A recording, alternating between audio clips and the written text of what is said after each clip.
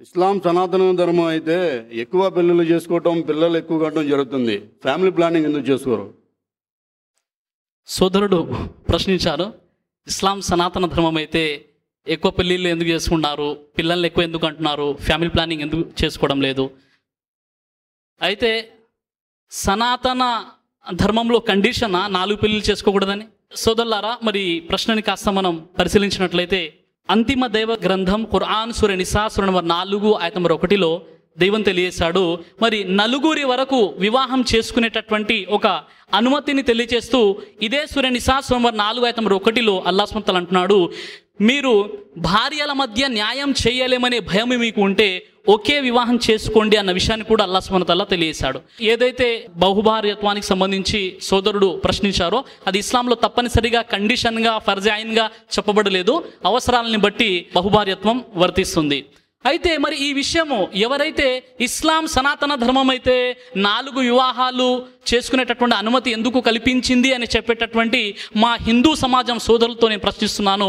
మరి వారి గ్రంథాల్ని కాస్త మనం చూసినప్పుడు మరి హైందవ సోదరులు కూడా ఇలాంటి ఆధారాలు అనేకం మనకు కనబడుతున్నాయి. విష్ణు స్మృతి అనేటటువంటి గ్రంథములో 2వ అధ్యాయం 1వ వచనంలో చెప్పబడినటువంటి విషయం ఏంటంటే, బ్రాహ్మణుడు 4 వరకు వివాహం చేసుకోవచ్చు. ఇక్కడ బ్రాహ్మణులు 4 వరకు వివాహం చేసుకోవచ్చు అని ఒక తెగకు సంబంధించి ఒక వర్గానికి సంబంధించి చెప్పబడింది. కానీ ఇస్లాం మానవులందరూ సమానులు కాబట్టి ఇది విశ్వాసులందరికీ మానవులందరికీ వర్తిస్తుందని ఇస్లాం ధర్మం తెలియజేస్తుంది. అయితే సోదరులారా, ఈరోజు దురదృష్టం ఏంటంటే ఒక చర్చా వేదికలో టీవీ 9లో నేను చూశాను, ఒక బహుభార్యతను సంబంధించి హిందూ సోదరుల్లో ఒక గొడవ జరుగుతుంది. ఒక మామగారు ఈ యొక్క అల్లుడు గారికి చాలా విషయాలు చెప్తూ, నీవు అంతగా ఉంటే ఎవరినన్నా ఉంపుడు గతను పెట్టుకో, కానీ 2వ పెళ్లి చేసుకోక, ఆమెకు విడాకులు ఇచ్చే అన్నాడు. అల్లాహు అక్బర్. మరి ఇలాంటి వారి కోసం రాళ్లతో కొట్టి చంపేటటువంటి రజం శిక్ష ఏదైతే మనుధర్మ శాస్త్రంలో కూడా మనం చూసాము, 8వ అధ్యాయంలోని 371వ వచనంలో కుక్కలు కరిపించి అక్కడ వాళ్ళని భస్మం చేయవలను అనేటటువంటి విషయం కూడా నా ప్రసంగంలో నేను తెలియజేశాను. అయితే ఈరోజు చూడండి, ఎవరైతే ఒక స్త్రీని 2వ వివాహంగా చేసుకున్నట్లయితే ఒక భార్యగా సమాజంలో ఆమె గౌరవింపబడుతుంది. కానీ అదే స్థానంలో ఆ స్త్రీ భార్య కాకుండా ఒక వ్యక్తి అక్రమ సంబంధం పెట్టుకున్నారనుకోండి, సమాజంలో ఉన్నటువంటి ప్రజలు ఏం చేస్తారండి, ఏ విధంగా దూషిస్తారు, ఎంత ఎగతాళి చేస్తారు ఒక్కసారి మనం అర్థం చేసుకోవచ్చు. అయితే మరి ఇస్లాంలో 4 వివాహాలు చేసుకున్నటువంటి అనుమతి ఉంది అని చెప్పేటటువంటి మా హిందూ సోదరులు లేదా ముస్లిమేతర సోదరులు, మరి మహాభారతాన్ని మనం చూసినప్పుడు శ్రీకృష్ణ వారికి ఎందరు భార్యలు ఉన్నారు?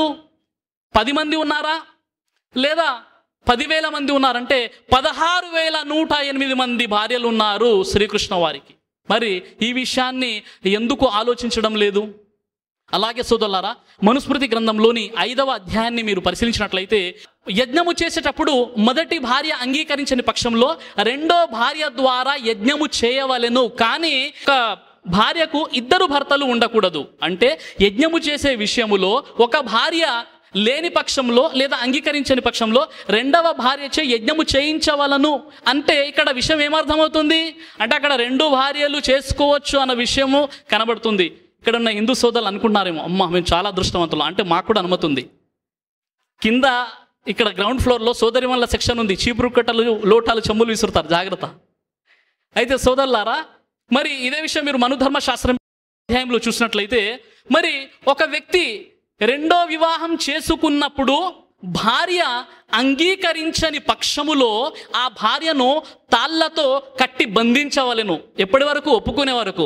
ఒప్పుకోని పక్షంలో ఇంటికి పంపించి వేయవలను, అంటే పుట్టింటికి పంపించవలెను అనేటటువంటి ఒక విషయం ఉంది. ఇలాంటి క్రూరత్వం, ఇలాంటి విషయాలు ఇస్లాంలో మాత్రం చెప్పబడదు ఇంత కఠినంగా.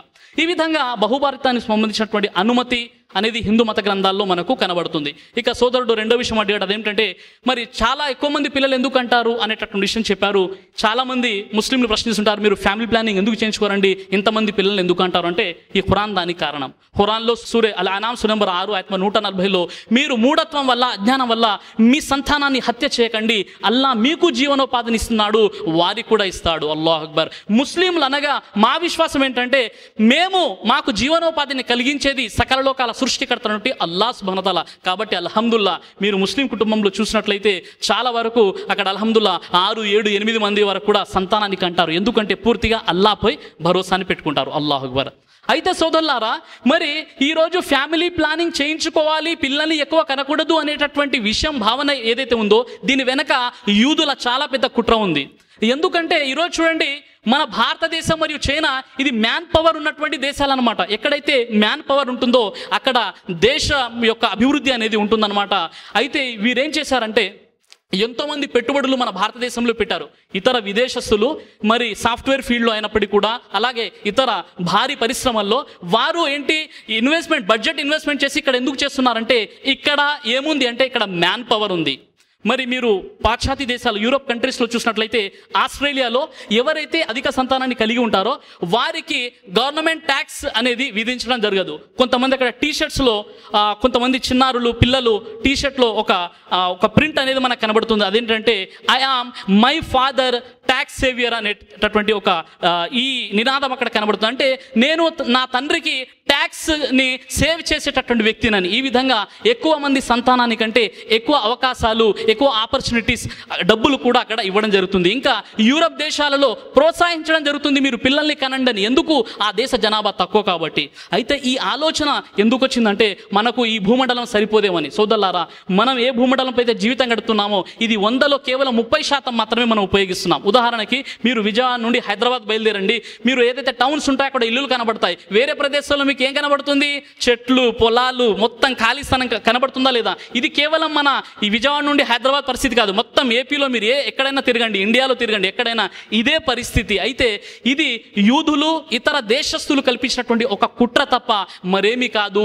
సోదర మహాశయులారా, చూడండి, ఒకప్పుడు యాపిల్ తినడం చాలా కష్టంగా ఉండేది, కానీ ఇప్పుడు చాలా ఈజీగా ప్రతి వ్యక్తి యాపిల్ తినగలుగుతున్నాడు. అంటే ఎంతైతే జనరేషన్, ఎంతైతే జనాభా పెరుగుతుందో అంత సౌలభ్యం అనేది దైవం మనకు ప్రసాదిస్తున్నాడు. అదేవిధంగా సోదర మహాశయులారా, మరి ఈరోజు నినాదాలు మనం చూసినట్లయితే హమ్ ఏక్ హమారే ఏక్, అదేవిధంగా హమ్ దో హమారే దో, రాబోయే రోజుల్లో హమ్ దో హమారే కుచ్ నహీ అంటారేమో. సోదరులారా, ఇక్కడ విషయం చూసినట్లయితే ఈ భావన, ఈ ఆలోచన కలిగి ఉన్నట్లయితే మనకు భారతదేశంలో స్వాతంత్రం వచ్చేది కాదు. ఎందుకు? ఈ సిద్ధాంతాన్ని పాటించినట్లయితే గాంధీజీ వారి తల్లిదండ్రులకు 4వ సంతానం అనమాట. హమ్దో హమారేదో అంటే మీకు స్వాతంత్రం వచ్చేది కాదు. బ్రిటిష్ వారు వచ్చి వారు మనపై దౌర్జన్యం చేస్తూ ఉండేవారు, ఇది ఇలా కంటిన్యూ కొనసాగేది.